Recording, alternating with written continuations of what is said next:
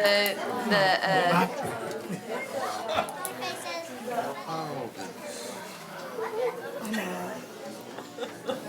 gonna wrap it up like it. No, you might need that.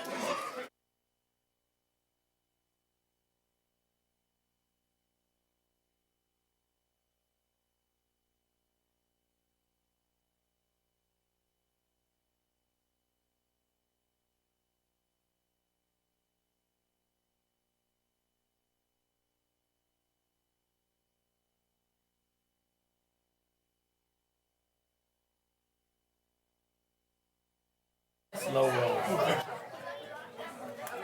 Y'all good? Yep. It's more like a.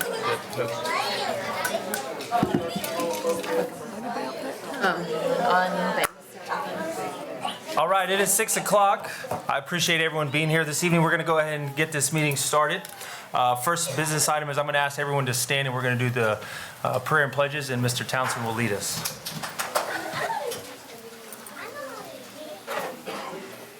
Dear Lord, we just want to thank you for this day. Thank you for the community that we have, parents, community members.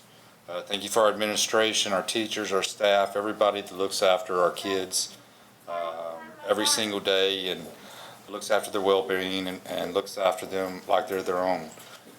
May you watch and guide over everyone's health as we go forward. It's in your son's name we pray. Amen. Amen.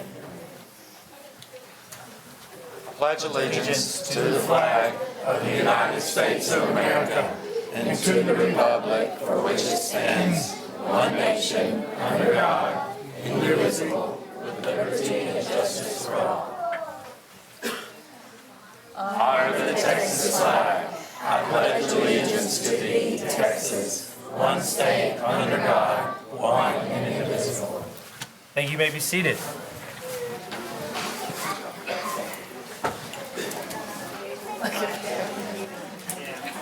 All right. For you school officials, I appreciate you being here. There's numerous of them throughout the building. We're going to move to our district celebration, which is our Lion Roar, and we're going to introduce our students of the month, Ms. Jane.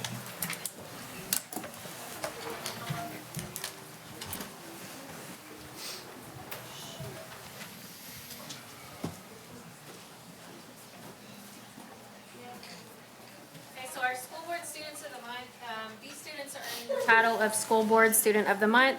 They demonstrate excellence, responsibility, good citizenship, and a positive attitude. These students stand out amongst their peers for setting the example of what it means to be a Kaufman Lion. So from Helen Edwards, we have Keller Kidd.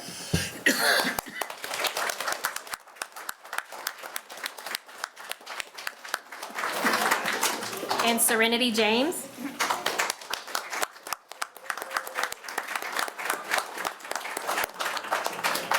From Monday Elementary, we have Daniel Youngblood.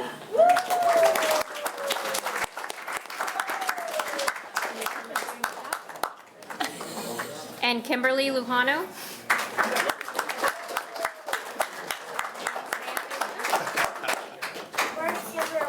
From Phillips Elementary, we have Jeremiah Boyd.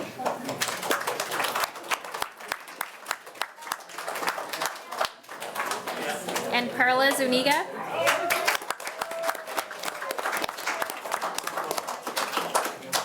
From Nash Elementary, we have Junior Hernandez. And Ashlyn Garcia.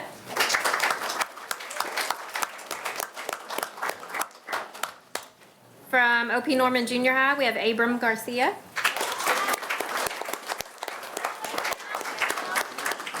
And Avery Clopton. From Kaufman High School, we have Jessica Whitaker.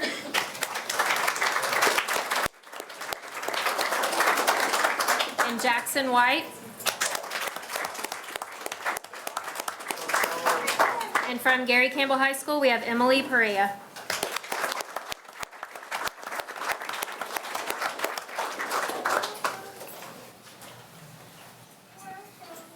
Okay, she's going to take a picture in front of y'all. You can scoot up if you need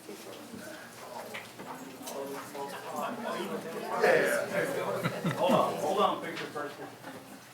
All of these two rows scoot all the way over.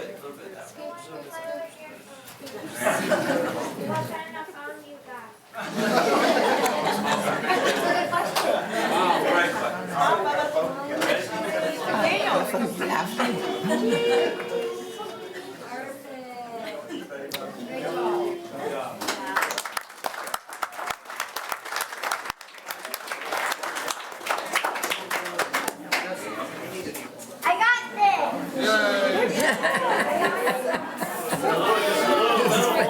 Right here, as you walk out, they'll give it to you. We don't want to hand it to you right now because we don't want your eyes poked out. Here, I'll take that.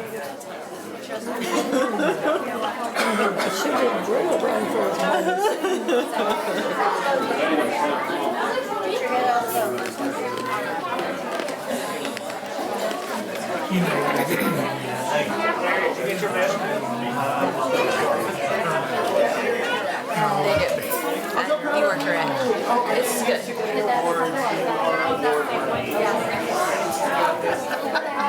Trust you with that?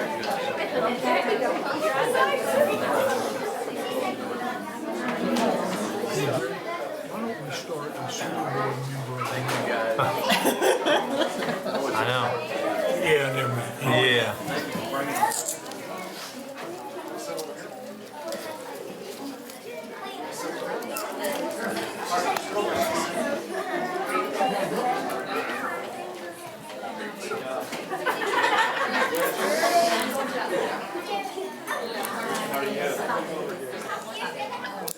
We were at basketball Saturday. I was just asleep. She's in the game. I love it. We know who the leader is.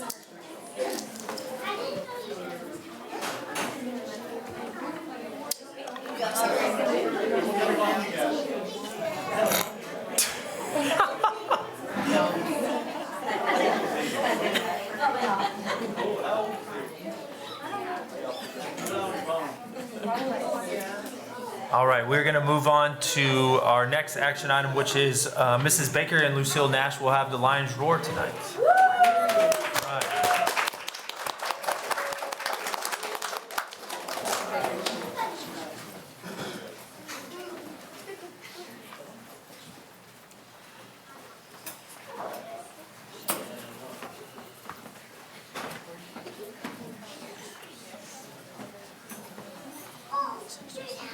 Good evening. Thank you for having us tonight. This is our Nash Cubs Club.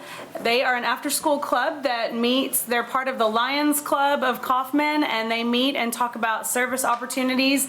So I'm gonna let them do the talking because they want to share all about their club with you. So y'all can go ahead. My name is Stella. Who are we? The Cub program is designed for the kids to learn the joy of volunteering and understanding the importance of helping those in need.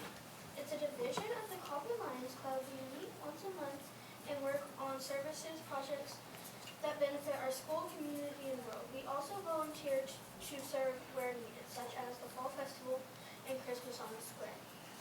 Our motto, which is also the Lions Club motto, is "We serve." Hi, my name is Cadence. Club mission statement. Club members collaborated on a mission statement of the 24th and 25th year. We as the 5th grade club are volunteers that serve our school community and world. We want to make these areas a better place while helping others and spreading kindness. We will be committed to our goals by listening and respecting others while working as a team and putting in the time and effort. Hello, my name is Bree. I love Cubs Club. In Cubs Club, you get to help the people you don't know and make new friends. Volunteering for random people makes me happy. In Cubs Club, I like showing how much I love helping people and my commitment to Cubs Club. We volunteer with Christmas on the Square, veterans, and festivals. Thank you. Hi, my name is Charlie. Why do I like being in Cubs Club and what does it mean to me? I like being in Cubs Club because I get to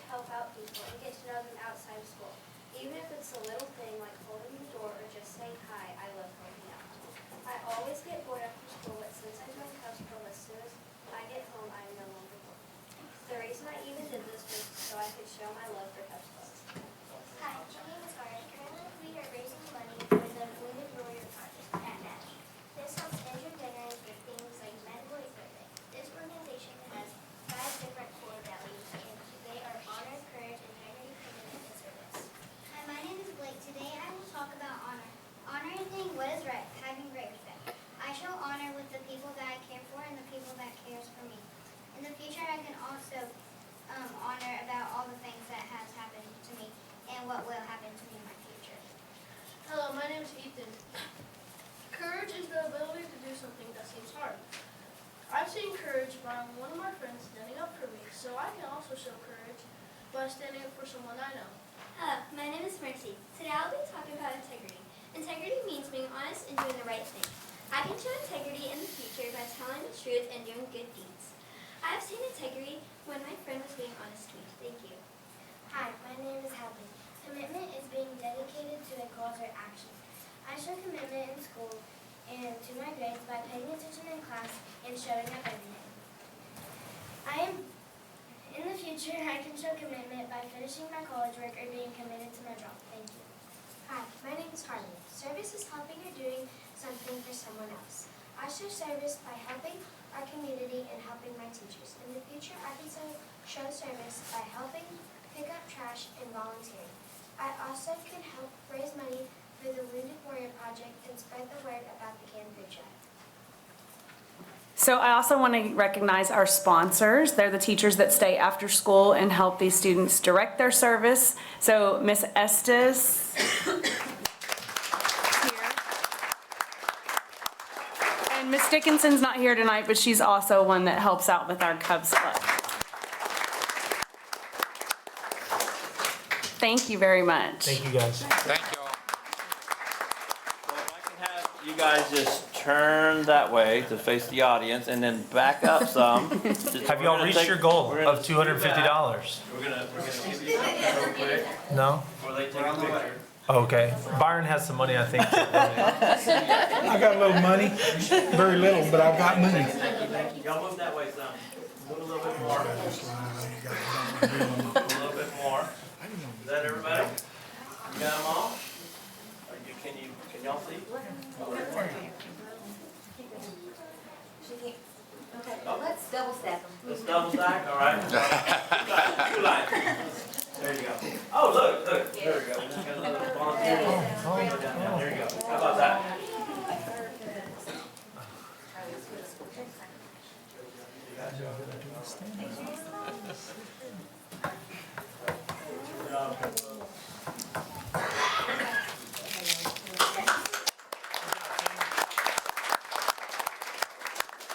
Whoever sends that out on Facebook, make sure to link it to the Kaufman Lions Club, like hashtag them or however you do that. You know what I mean? Throw them in there and I'm sure they'll take that picture and post it out there. Is this our only Cubs Club at, There's a junior high one, too. I know but at the elementary? I think so. I don't know. Chris might know. Thank y'all for being here tonight. Thank you, thank you. Yes. Yeah. It's just the second year. Philip says we'll be next. Yeah. Michaela's in robotics. That's why I was late. I have to pick her up at 5. I sent it to Karma. Hey, perfect. Karma's gonna be on the lookout.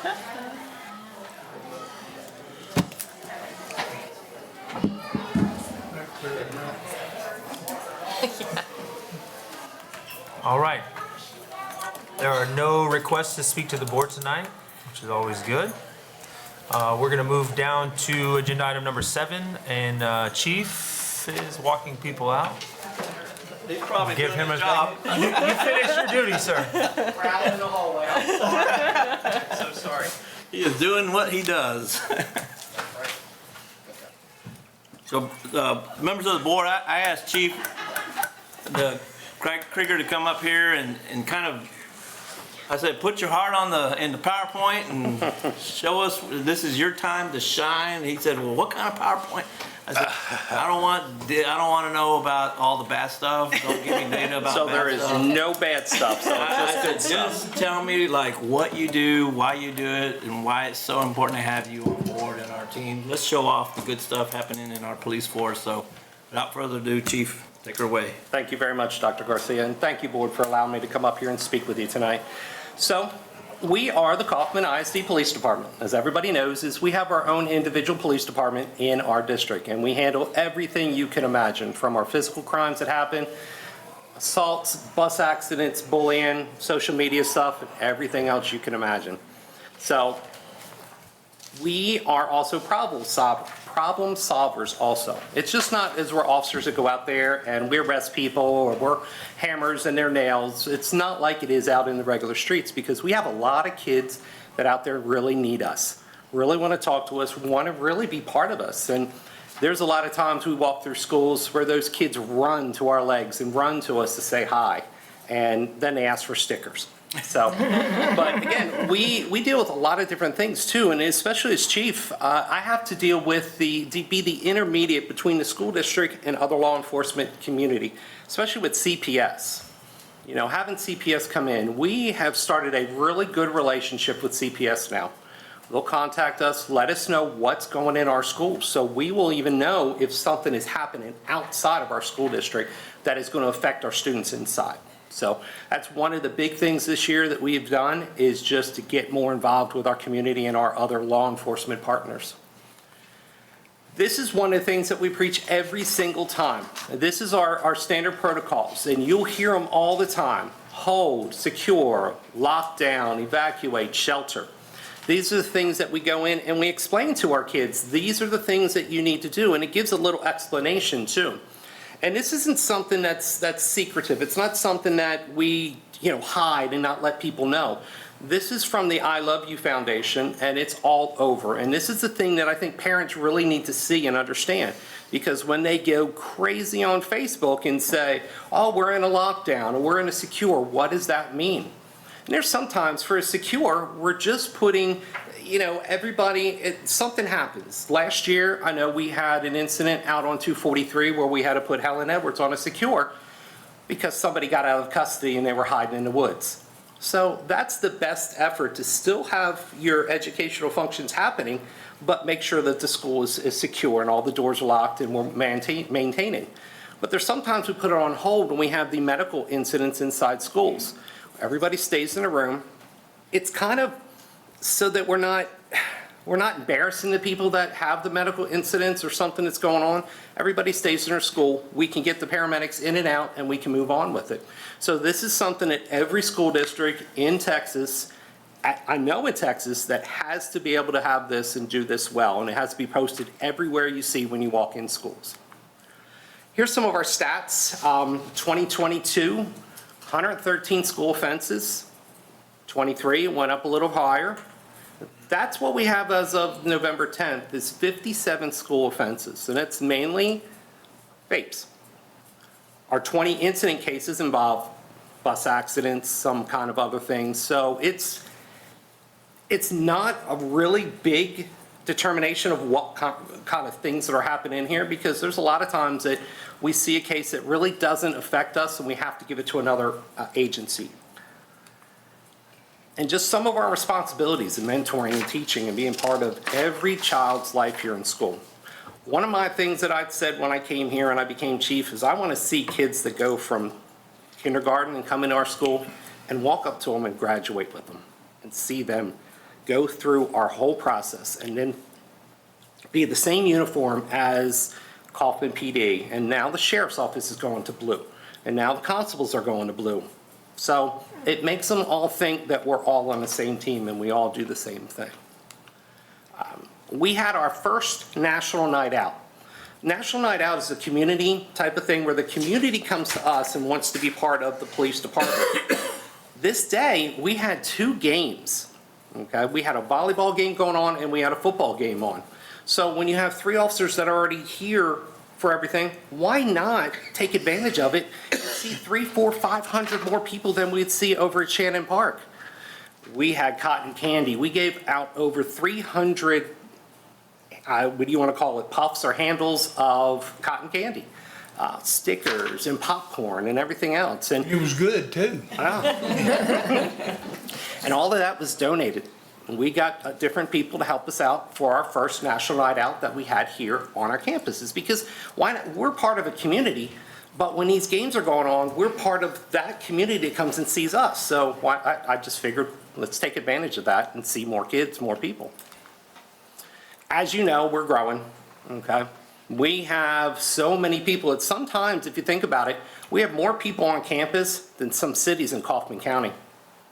And we have 7 officers to do that with. And hopefully, we're doing everything that we're supposed to do for each school. And as the board has seen us, we're out and about. And I know I've seen Ms. Mott out a lot in the community and around. I've seen everybody at games. It's just, that's what we're supposed to do. But it's hard to explain to some people that we have that much coverage and we're responsible for that many things with just the 7 officers and how many people we see. Even on football games, it's just crazy. Qualifications. And one of the things I wanted to bring up is that Wiley's Gun Shop in Canton gives us the whole day to go and qualify. They block out a day, we pick it, we all go down there and we do this. And this is way before the school starts. I've allocated and helped redo our structure and our schedule so that we have 1 week before school starts to get all of our educational training, our firearms training done.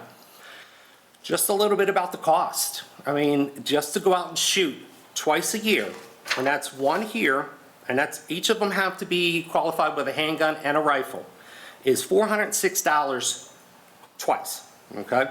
Because you got to remember, is that once we use our ammunition, we have to replenish that ammunition. So going out and shooting it, it comes back again, where we're over $1,200, $1,300. And one of the things when I became chief, if you look down at the bottom corner there, every single one of our guns is engraved, and it says the Kaufman ISD Police Department.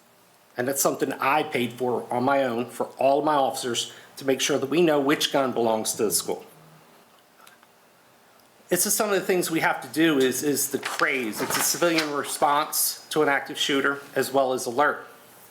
Every officer in the state of Texas now has to have alert training, and it has to be done by 2027. The thing we've already done is as soon as Uvalde happened, we had 8 classes over at Mundy Elementary for everybody in the area, for Kaufman and the county, back to back to back to get everybody done. We've already had 2 classes for alert right after that. We had one in February, and we just had one last year. We had an instructor course where I'm sending my officers through so that we can do the instructor, or we can do the alert class here with our own instructors so that we don't have to send them out. We can all do it here together and qualify each other as well as qualify others in the area. This is just some of the things that we do and what we're out doing and seeing and being part of here in the district. Thank you. Thank you very much for allowing us to get new cars and also the graphics on it. What do you think of the graphics? The Lion is different. I took a chance. I went to Dr. Garcia, and it was a secret for a while. And I said, what do you think? He said, go for it. And I think it really makes our cars. You're never too old for the first day of school. A lot of kids do it. We did it just to be part of this year, and this is what we're going to do. We're going to be part of everything that happens here in our district. First responders game, Coach Burleson gave me the opportunity to flip the coin, and that is amazing to say. You know, I mean, Officer Keaton was over there. She was guarding the ballot box election at Phillips that they asked her to do. What is our ultimate goal here?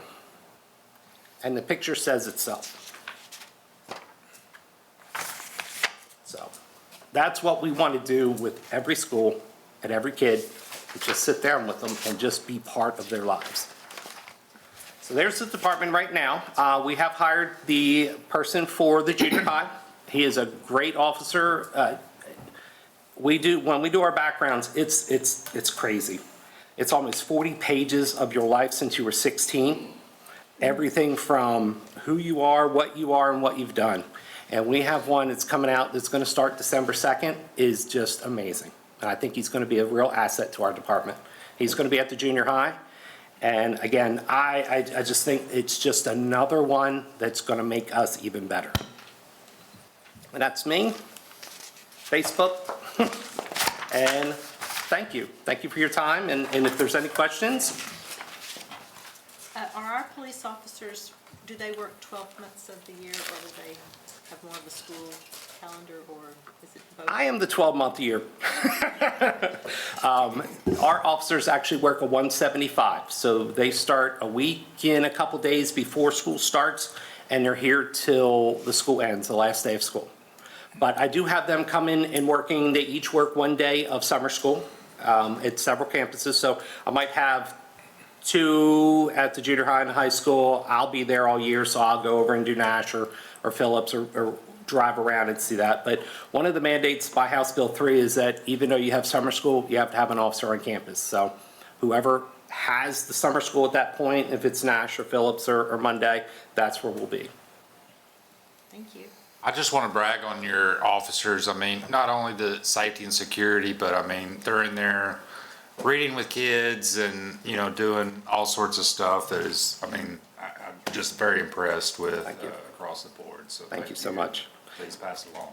I definitely will. And that's what our goal is to be part of the school. We have this part that is law enforcement, and sometimes we have to be kind of the bad guy with that. But the other days, you know, we have to be in the schools and we have to be part of that. In the lunchroom, eating lunch, I mean, doing everything else that even teachers do sometimes. And like I said, my officers love it. You notice it when you're at a game and these kids run up to the officers and they say their names and they're hugging on them and they want to walk them around. And it just, you get that feeling of that's the team that you built. This is the team that works together, and I'm very proud of that. So, all right, well, thank you. Thank you. Thank you, Chief. Appreciate that. All right, we're going to move right along. We're going to move to agenda item number 8. These are all business items that require board action. So first thing is we're going to consider and approve the resolution outlining the KISD School Board Trustee vote for the KCAD Board of Directors. This was something we discussed last board meeting. And picking, you want to fill them in on the how many? Certainly. So you've got the ballot that's going to get submitted to the CAD, the Kaufman Appraisal District. And so we have our 2 that we nominated, and Dr. Woods and John Zabie. And then there was one other individual from Crandall area that used to be a board member. Yeah, Danny Kirby. Danny Kirby. So we have 216, I believe. 19, yeah. 219 votes. There we go. You're good. 219 votes allotted to us. So I figured we'd do 100 on the ones that we normally do. And let's swing 19 is the recommendation to the Crandall individual. Again, it's important that we have individuals that sit on this board that are pro and in favor of public education. And so these 3 individuals have shown not only in their background and history, but they support public schools. How does this, I'm just curious, how does this work? Does like Forney, is it some pro rata share so Forney gets more votes than we do? Correct. So Forney will have more votes. Crandall might have a few more. Crandall-Terrell will have more votes. It's also the city, and so the city also votes, so I'm pretty sure they voted same individuals that we have right now to sit on those seats, and there'll be less votes, but every taxing entity has a vote count. Any questions regarding this? Yes, please, sir. I move that the Kaufman Independent School District Board of Trustees cast its vote as indicated on the attached ballot for the selected candidates for the Board of Directors of the Kaufman Central Appraisal District as discussed. I'll second. Seconded made by Mr. Townsend. All in favor?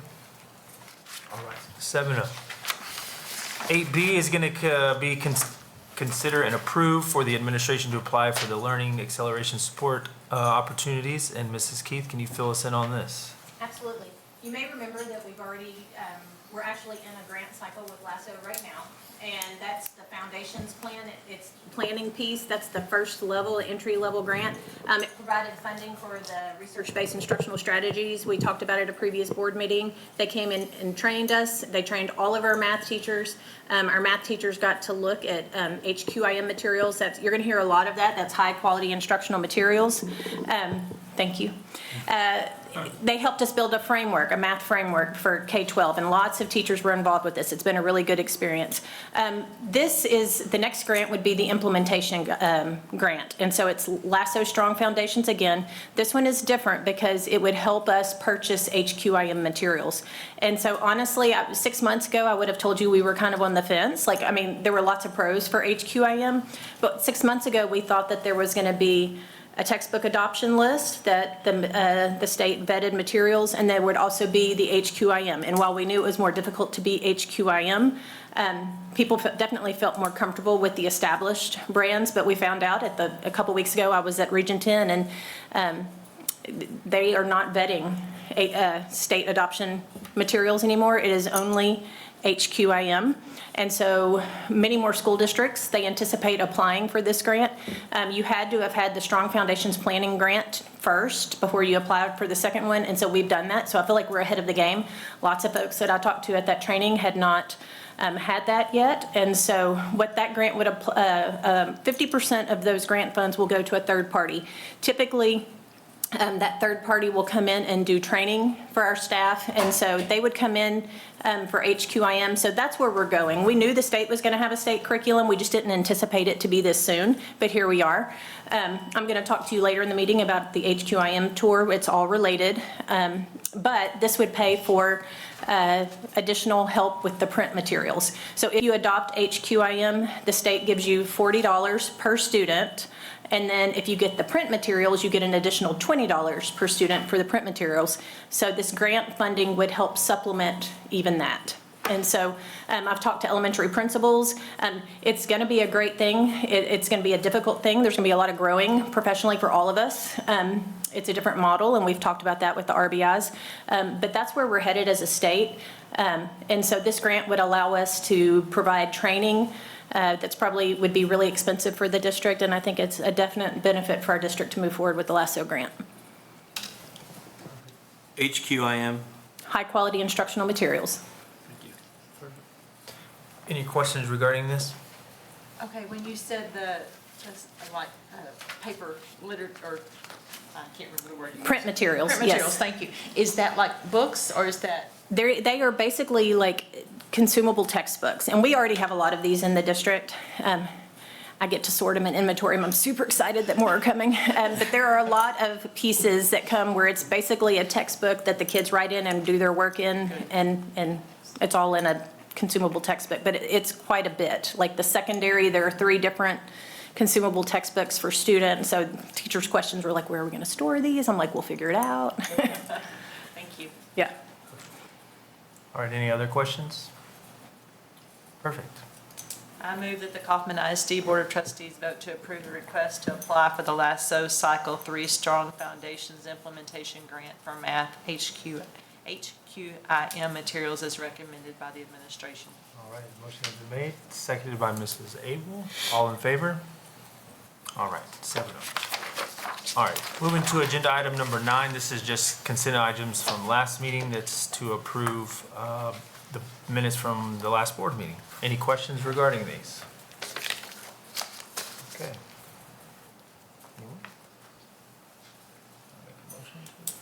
I'll make a motion. Thank you. that we approve the consent agenda items.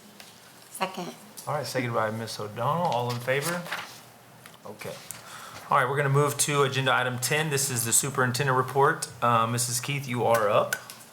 And so the handout you have is for the HQIM tour. All of our elementary principals were there with representative teachers from elementary, junior high, and high school. They got to go in and see a lesson. Like when I tell you it's different, they teach conceptually first, and then they teach procedural, which is kind of We jump into procedural instruction in most math classrooms traditionally, and so they got to see that in play. They also got to speak to a panel of teachers where they got to ask questions, and the teachers would tell you that it's difficult, but to trust the process. It usually takes till about October, November before it starts saying, oh, look what our kids can do now that they weren't able to do this time of year previously. We did learn that there were several things that we are going to have to make sure we take care of to make this successful. One is we have to prioritize time for the teachers to internalize the lesson, whereas they won't be doing lesson plans because it is all done for them. All of the higher order thinking questions are planned in, all the conceptual learning, the opportunities for productive struggle. They will not have to plan all of those pieces. So what they had to do was something they call internalization, where they met with those teachers regularly to go through the lesson, talk it out, and internalize it. But we're also going to have to delegate all of those district PD days that are embedded in the calendar to training for. And this is hopefully what we get this grant, and this third party will come in and provide high quality training for our teachers. But professional development is going to have to remain at the forefront. And it's not just a 1 year. They were year 3. And they're seeing growth. One of the principals said that they went from like a 59% growth to an 80% growth, but it takes time. And so we're gonna have to, as administrators, really help follow through, but also be patient with teachers learning, because it is gonna be a pretty big shift. But by prioritizing our PLC time, our PD time, and giving teachers time to be comfortable with those lessons on a regular basis is gonna be critical. They see the benefit though. And the phrase was trust the process, and we know that's sometimes hard to do. Questions? So I would just, again, reiterate, this is a systematic Yes. change. It's going to come with growing pains, and it's one of those, the data shows that we need to do something in math. Like, it's critical, we're at critical, for us, we're at critical mass with math. We've got to do something. So that's kind of why we went down this avenue, if you will, to do some research, to look at our systems, to evaluate, and now to have an opportunity to get some of our curriculum subsidized through the state-funded pieces is huge, because what we're doing in math is not working. So we've got to get better. So this is an opportunity to get better. But just like when you start going to the gym, nobody likes that first few weeks of working out. Now, this is not a gym, so this is going to be longer than a month. And like you heard, 3 years. But there will be a lot of noise, a lot of discomfort, a lot of complaining, a lot of we've never done it that way before. It's something that once they wrap their heads around it and embrace that this is here, it's not going away, then you'll start seeing that change that you're wanting to see in this area. But it will come with some consternation amongst our people, which is why we're not doing it in English language arts at the same time. So it's like only, the system can only handle so much. So let's do math first, which is where it's most needed. And then we're gonna probably look at language arts at some point in the next 2 years to see I also wanna see how it plays out in other locations. I'm glad we're ahead of the game in math. I don't mind being ahead of the game in math there, but I think we're doing some great work in English language arts. So I don't feel like that's as pressing based on some of the things that we've implemented. I think we're good to go there, and we'll kind of wait and see an approach for that area. So, but math is something that we do need to do.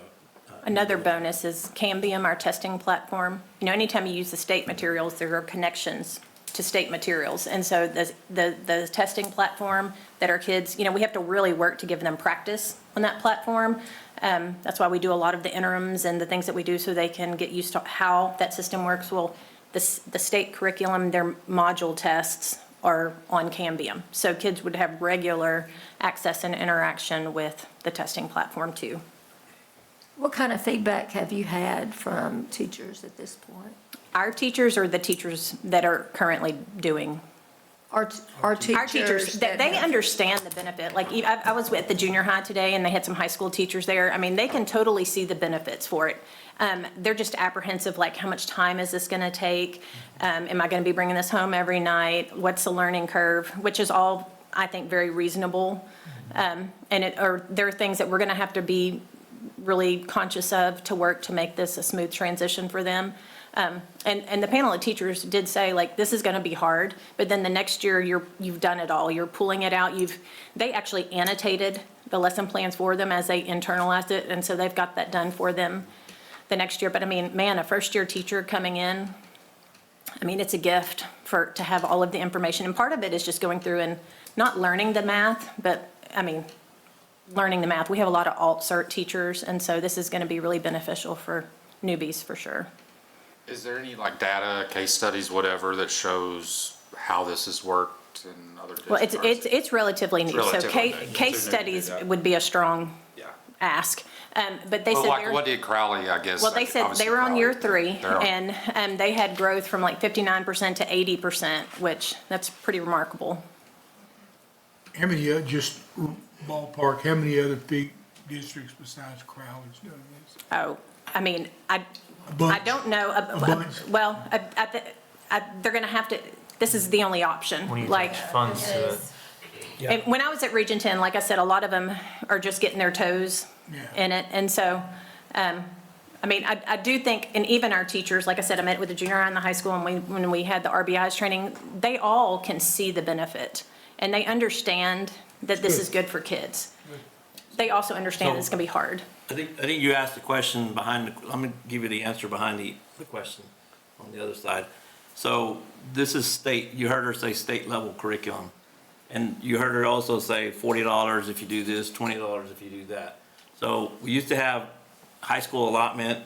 We used to have funds that would just come to the district, and then we chose how to use those funds. IMA, we still have that right now, but I wouldn't. Supposedly, we're still going to get IMA, but I'll remind you too that a couple years ago during the legislative session, like we got half of and I mean, people across the state were kind of freaking out. So I don't have a lot of faith in our IMA account, especially if they're promising funds, what might happen in future sessions. I would predict that IMA is also going to go the way of high school allotment, and you're not going to have funds for curriculum because you have to do this. So even though we have a few trailblazers that have already been kind of walking through this process, and we're behind the initial trailblazers, but we're kind of second in line there because of the math issues. More than likely, you're going to see this across the board, reading, math, science, social studies, that if you are not part of the HQIM, you don't get money. And so I'll guarantee you that's what this next session, they're going to tie more money to. If you do this, there's going to be more money in this pot than in the other previous pots that we used to have. So that's just another way of the state kind of, I'll say it, strong-arming us into doing what they want. I want the teachers to know that we understand it's hard and that we support them and that we're with them. Does that make sense? And that was a concern that was honestly brought up today, is there, like, the stress of, like, what if our scores go, like, the idea of, like, a new curriculum and scores, and I mean, and so I think that's something they have to hear all of us tell them, is that we understand that this is going to be a difficult transition, but we think it'll be worth it. And that's what the teachers on the panel said, is like, just, they kept saying, trust the process, like, that was the motto. Then you'll start seeing results, and so. And that's easy kind of when you're on the other side of it. Right. When you're walking through it, And it gets you kind think, of what have we gotten discouraging. ourselves into? Right, yeah. So anyway, so if y'all will make sure that, from this board member. Yes, I I think from will the whole board, pass that that we're along. definitely, In their we know corner. it's going to be hard, but We appreciate it, yes, we absolutely. appreciate it. We know y'all can do it. Is it fairly scripted? Oh, yes. I mean, scripted in the sense that it, like, gives every ounce of background knowledge that it needs. The difficult part, and those of you that have been in the classroom know, is like higher order questioning isn't something that happens naturally for people. It's all, those are scripted for you, which is a huge, like, we used to have, when I was on campus, have PD, where we had to, like, that's what we did, is write the higher order level questions, because people were capping out on, like, application level. And so getting above application, it's not natural. And so all of that's done for you. The productive struggle piece, where they have those built into the lessons so they don't have to, like, create those scenarios, is built in, and it has all of the different, all of the work, all of the different pieces built in. They did say that they are working to, like, intervention pieces, But I will say that we've got enough curriculum in Kaufman ISD that we can supplement for intervention time. And it's actually kind of nice that you have a separate type of resource that teaches a different way for intervention. So they can individualize some things. Yes, I mean, there'll be Still, some as pieces, far as- though, that's like you have to do, I mean, for this model to work, you have to do the model, if that makes sense. Like, you can't skip the conceptualization piece, because then that kid's kind of getting left behind in the growth that everybody else is doing. So there are going to be pieces. Are they going to have to read word for word? No, because the idea is that when they internalize those lessons with their teams, they learn it really well, that they're able to lead those lessons. But yeah, we're not asking them like, we don't want them to read it word for word. And I think it would be very important, along with what Christine said, that it doesn't affect as far as evaluations and TIA money and things like that. The fact that maybe those scores are not what they have been expected to be in the past, that's taken. Well, we use MAP for K-8. Right. And so, I mean, it'll still be MAP for K-8 and TIA, not necessarily STAR scores. I mean, but we do anticipate an improvement in the scores based on the districts that we've talked to that are doing this.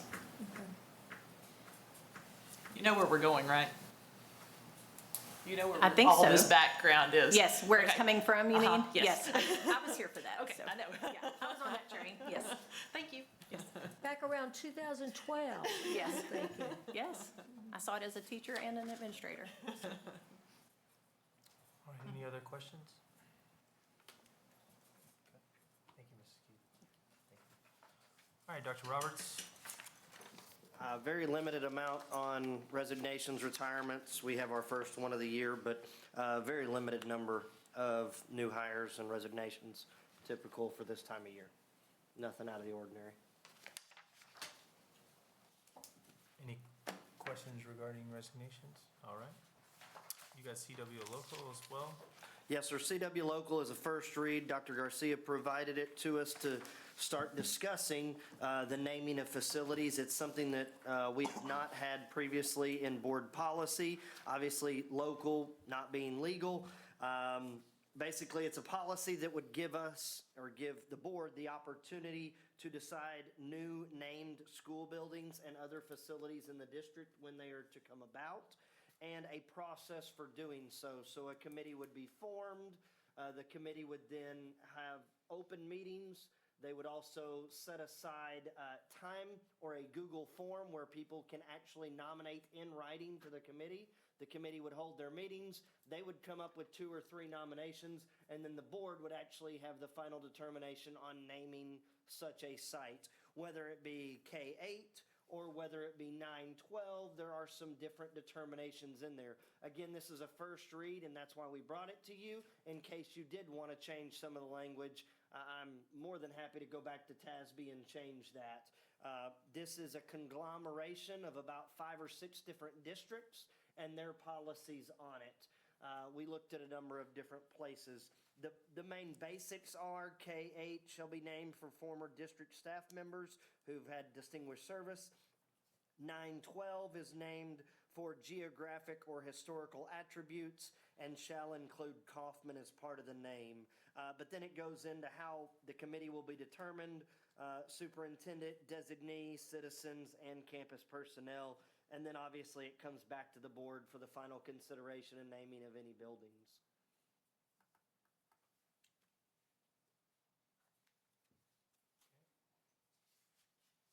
And this again is, we can tweak it however, or wordsmith it some more. This is a great time for us to kind of get some feedback, some thoughts. I'll start. Yes. Okay. Yeah, I did a background on a number of other ones too. I guess looking at one thing that a lot of others put in that I think we need to talk about is like major donors. That's included in a lot of the deals. I know we played Corsicana at the Corsicana, Community Bank and Trust Stadium. So if I'm major donor comes in, Paul Murray Ford wants to build a new press box on the football stadium, and it's such a deal, I think. So on the major donors, if it's built using bond funds, then we can't name it after a donor per se. But if the donor, like, I don't know how Ennis did their, or whoever, Corsicana did theirs. So it's possible that the bank is the one who actually paid for like the turf or the press box. Then you can name it after. Yeah, that's what I'm saying. Because they're the ones that foot the bill for the whole thing. But so you're talking about like beyond or outside the scope of a bond funding, you're talking about any kind of donor. Yeah, I mean, it just becomes a acceptable use, Right. you know, Yeah, I I'm got you. not saying that Okay. it won't. We'll look at that. Do you remember which one mentioned? Yeah, I'll read, this is Raines is who, that I look, because it has a couple other ones I think we should consider too. The board shall consider naming a facility or portion of a facility, that probably needs to be in there too. For a person, historic event or place, I'm really not in favor of historic event or place, but geographic location or major donor who meets one or more of the following criteria. Person's made a significant contribution to the district and represents virtues or characteristics that serve as a role model to students, staff, and the community, or the person made a significant contribution to public educate. Anyway, they set out the criteria there. So, I mean, some have gone and said, if you do, Dallas has one that says 5 million and up, you can be a facility, or million and up, you can do a portion, you know, of it. Like, you know, I don't know that we need to get into that, but, geographic location, I also would like to add on there. If there ever was elementary out there on 243, I think Ola Elementary would be an acceptable name. You know, and so those, I think, having the ability to do there. Local leaders. For example. But not you know, necessarily. if there was, you know, Post Oak Elementary, you know, any of these Correct, things that would, you know, historical places, I think would be. So you would say that on the K-8, you would say add geographical like we did with 912? Yeah, I probably wouldn't even, if it was me, like on this, I would just take out. Now, I would say, so I would just say these are the acceptable, you know, people who it can be named after. But I do like, you know, 9 through 12 shall, you know, have Kaufman as part of the name. And then the example that often I hear is like Plano West, Plano East, kind of like where you keep the name of the town. Yeah, I think that's deal, but I would just leave it, you know, not differentiate and put the, again, if it was me. I probably would just put, instead of getting into the committee, I mean, I honestly could see if it was, for instance, another high school coming in, you know, I think it would be up to whoever was on the board at that point, but I think that could be just a board decision that may, you know, so I kind of like the wording of the board may select a committee and just leaving it at that, and then leave everything else. And then, you know, again, you can do it, or to me, if it was a major decision like a high school, maybe it just would be a board, you know, again, I think the board at that time. I think could both the select plan is committee. for the committee to bring recommendations to the board, and then the board. And that's fine, if the board wants that, and that board, when it comes up, wants to, but I don't think I think that would be their decision, in my opinion.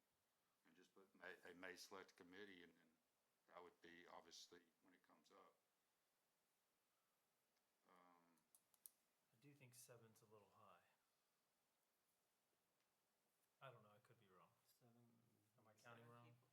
Oh, 7. Yeah, no, 3, 4, 5, 3, 4, 5, 6, 7. Yeah, 7 is high. I agree. Think I'm wrong? Nope. Oh, you don't care? Okay. No, I think you're good. You're right. There have been some other ones that had committee, you know, the principal of the facility, I thought would be a good addition on there. If I were to like give you a recommended tweak on this, I would say that it's up to you guys. 2 board members or 2 district people, and then 3 citizens, and leave it at 5. I think 5's a good number. Is that okay on that one, or do you want, do 2 of you, we want to keep 2 board members and 3 citizens maybe? as a possibility. We're not voting, we're just like, Discuss. just discuss, what are your thoughts? I would vote to take off all of that and let whatever board at that, again, they may appoint Let a the board committee, decide what the 5 will be? At that point, they would decide however. Well, I think they- you're saying, let the board decide, period, if they want a committee or not. Is that what you're saying? Yeah, I would take out all that, and then literally it would say, I'll use Raines as the same one. The board may request the superintendent to solicit names for a specific facility and direct the superintendent to form a committee for the purpose of proposing the name. You put it like that, it's in No there. more than 5 individuals on. I probably wouldn't even limit, again, you would just, I'd at wanna that limit it, point, though. let's say 10 years from now, it comes up on there, then that board would decide how that committee would be What structured. that looks like. I'm fine with it, I just like that, but I'm fine with. We're just speaking about it. We can. And it's a first read. Dr. Roberts, were any of them ever, I don't know the right word, secret? But like, Secret where, members of the. yeah, I Kind mean, of like, like the Hall of Fame. like everybody didn't know. Not that I noticed, but I'd need to go back and look. That's fine. I was just Um, curious. In many of the districts, they had something to this effect, and then they did something else when it came into mascots or colors or things of that nature. So they really separated those two things out between the board and then buying interest between the community and the students that were going to be at that school typically participated. But that's going down a different road, I guess. Thank you. We just did this with the field, correct? When we renamed the field, we had to readjust a little bit. Okay. Just saying, as we're going forward, just building processes and procedures. Yeah. All right. We will continue to dissect, and Yep, we'll wordsmith I some encourage things. everyone to and- maybe visit other districts if they find something they might like or add, and we'll come back to this. How's that sound? That sounds perfect. Love it. Thank you guys very much. No, thank you. Would it be in something like this, or, where you talk about, like, if, a new, like, junior high is built, does the name go with it, or does, I think we talked about that. Yeah, well, a we little did bit, briefly. but- Correct, and typically what happens, and so I guess that's where all this is coming from or going, is that typically the building name, because I was just walking outside Nash, and to my right, I saw O.P. Norman, and to my left, I Right. saw Nash. So you've got 2 plaques at a building. So if I didn't know any better, I'd say that building is O.P. Norman Nash, but I don't know that. So typically what happens is the name, the plaque stays with the building.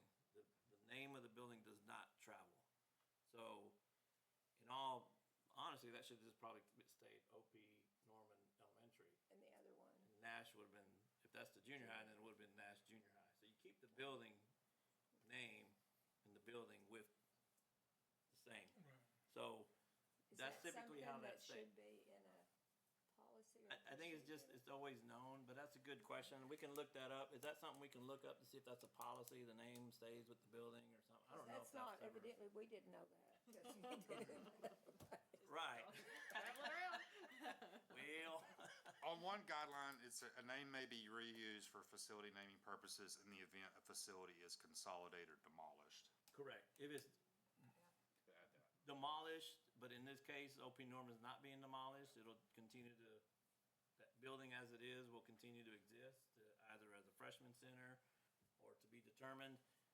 So then you've got a new middle school getting built. What is this new middle school gonna be called? Because you're gonna have, Yeah. O.P. Norman Freshman Center, which is a part of the high school, but that's what everybody will reference it to.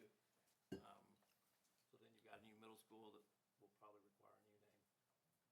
So we've got to kind of have our processes, policy, so that we know what procedures to follow. All right. Good idea. Everybody good with that? Love it. Thank you. All right, Grant. All right, a couple things to point out. Most of these are kind of a fresh start on these reports. And so not a lot to really look at the moment on the tax reports, just kind of a normal September, just kicking off the year there. I did want to just very quickly touch on the revenue expense report. Yes, if you kind of look closely, the revenue realized is less than the expenditures for the month of September. That's natural. Don't panic there. We did have money to cover those expenses, but it's just the start of school expenses, normal things. So nothing to worry about there. On the fund balance report, it looks a little different this month than what I've done in the past. I did find a way to better project fund balance moving forward for, usually we wait till the audit, report's finalized and all that kind of stuff. There's actually a report that gives me a really accurate, I think, fund balance for projection purposes. So what you see here is kind of a hybrid of kind of where we've been and where we project to be going. So you'll see that the fund balance estimated even after doing the amendments from this year back in September and then October, it's still an increase in overall fund balance from where we ended up in the prior year. And then it's kind of the little graphic there, it's slightly different, but it's pretty much the same. And then new to this one, still rolling along with our savings report there, so nothing out of the ordinary. But I did want to point out, new to this is our first functional budget transfer that you guys had approved, and then that, the principals could request, and then we would report to you at the end of that month. And so there were 2 functional transfers, and I think it's kind of worth looking at this since it is a new report.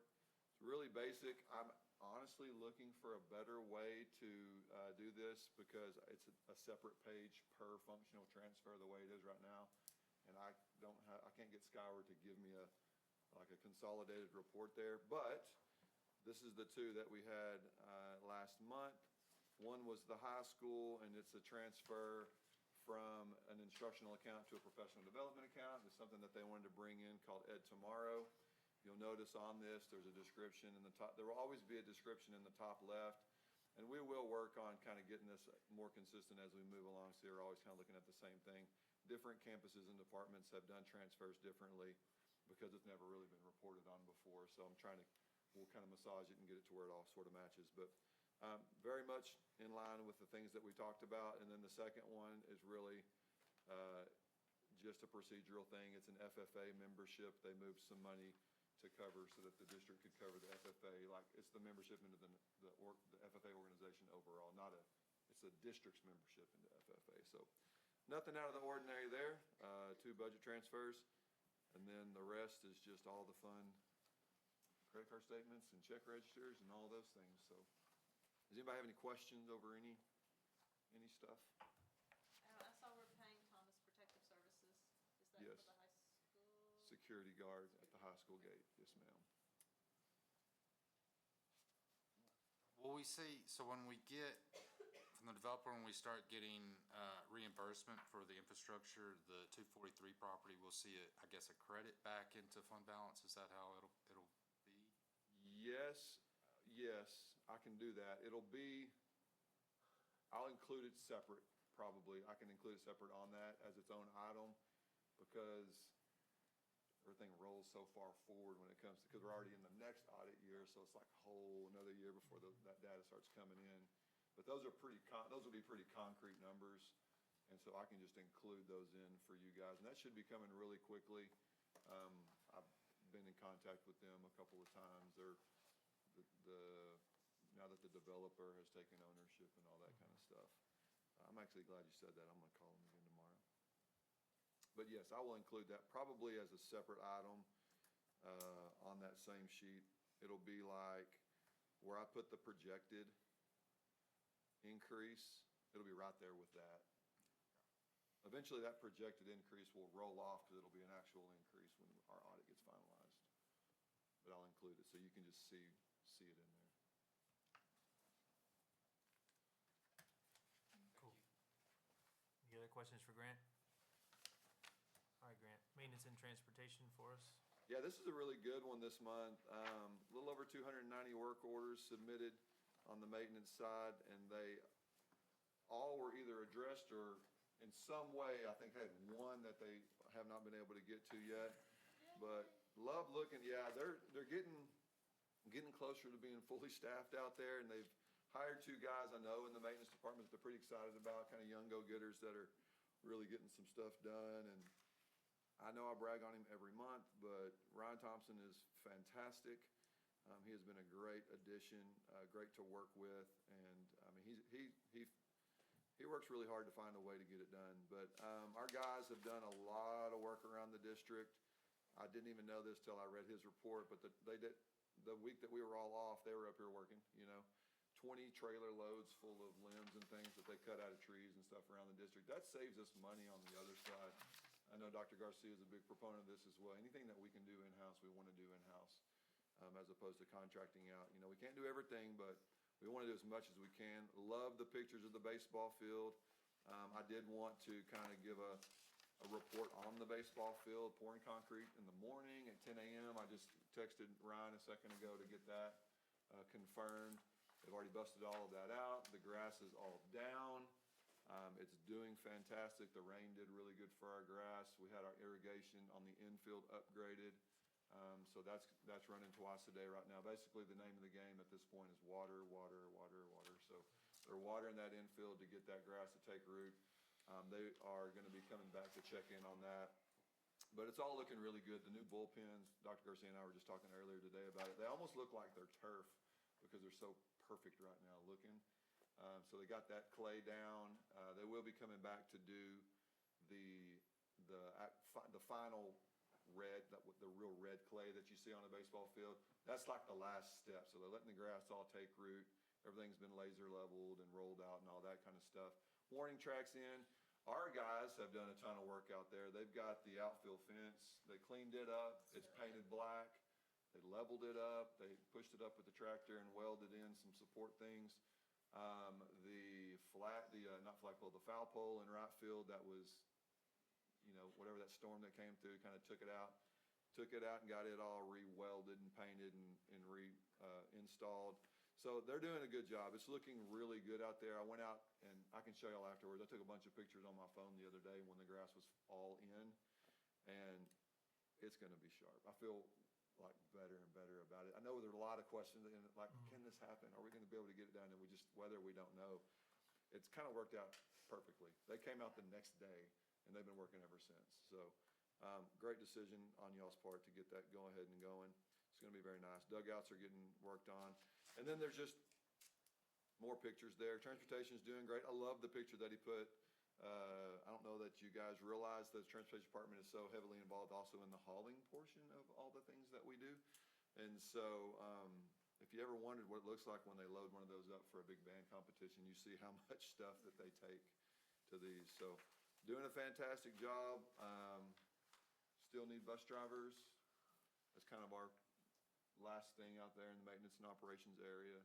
That's a need, but they're doing fantastic. Really excited about the progress they've made in just the last couple months. Go check out the baseball field. It's very nice. It looks great. We're now looking at the next kind of cherry on the top is we're going to move the flagpole out of dead center field. I'm not sure why you would put a flagpole in dead center field in baseball, but we're looking to do that. And How big, Grant? we're going as big as we so. When you're in Grand Prairie and you drive by all the car dealerships and you see the huge flags, like that's what I want out there. So we're gonna try to position. Man who caught the vision. Yeah. We're gonna try to. Who are we talking to over here? Oh, nothing. Okay, I don't know. Everyone. Okay. Oh, it's you. So, we're gonna try to maybe get a flag that's so big it can be used by football and baseball. Perfect. That's the goal, right? Graham, we already know the story. We're just seeing what you say. Okay. Gotcha. Did I step in it or no? Nope. You did great, Grant. Good job. All right. You know what he wants. You're on point. You're on message. Any other questions for Grant? All right, Dr. Garcia, you have our monthly enrollment. All right, so it looks like our attendance rate overall is improving versus at the end of last year where it was 94, so we're at 95 globally. So just again, looking at that, that's a number that you always want to kind of keep track of. So the snapshot happened, we're at 4360 overall. For the kids, there was a debate this morning about where we were in snapshot. Did you ever find out what that number was? Was it at 4388 or something like that last year? Or yeah, it was 4388, right? So we're actually below snapshot. Again, you guys know you're fully aware we went to online enrollment. That kind of cleaned the rolls out. It really helped kind of make sure we got our kids here that we need to be serving. And the ones who were here on a transfer, make sure that their paperwork is corrected and whatnot. So because we do still have a number of kids that are here on transfers. We honor the ones that were in high school, so they'll graduate with our kids. So outside of that, everything's looking good. Things are stable, which is good. Stable is good right now. So we're not like growing fast. We're just stable, and I'm okay with that. Any questions for Dr. Garcia on attendance? All right, real quick, I'm going to adjourn us, but I would ask if we could all come together.